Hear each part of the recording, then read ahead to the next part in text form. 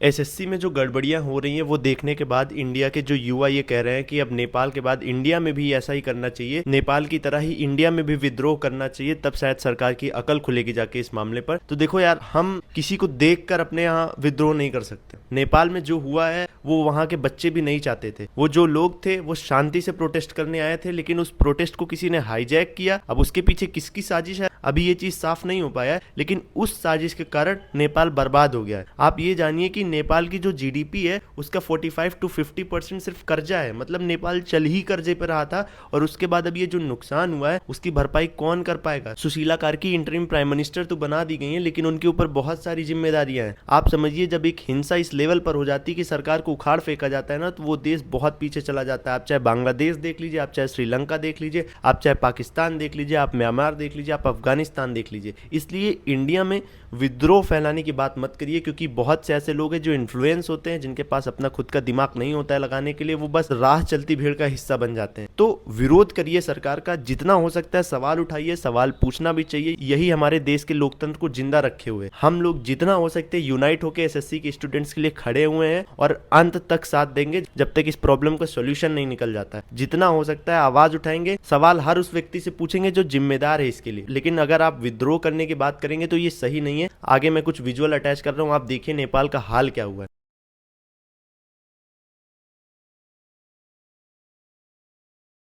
अभी आपने जो ये विजुअल्स देखे हैं, ये पता नहीं नेपाल में कितने लोगों का रोजगार का सहारा थे, कितने लोगों का घर इनके कारण चलता था। आप सोचिए कि जो इसमें जॉब कर रहे होंगे उनके बच्चे कहीं स्कूल में पढ़ते होंगे, उनके परिवार में कोई माँ होगी, कोई बहन होगी, कोई बेटी होगी, कोई बेटा होगा, तो उन सब के खर्चे इन्हीं से यहाँ से चलते रहे होंगे। अब सोचिए वो सब बंद। तो नेपाल से कंपेयर मत करिए। और आपको भी पता है कि भारत में किस लेवल की गरीबी है। अभी निचले लेवल पर हम उतने काबिल नहीं हो पाए कि हर इंसान सेल्फ एम्प्लॉयड हो चुका हो। अभी भी भारत में लोग मजदूरी करके जी रहे हैं। तो आप प्लीज गलत मैसेज मत फॉरवर्ड करिए।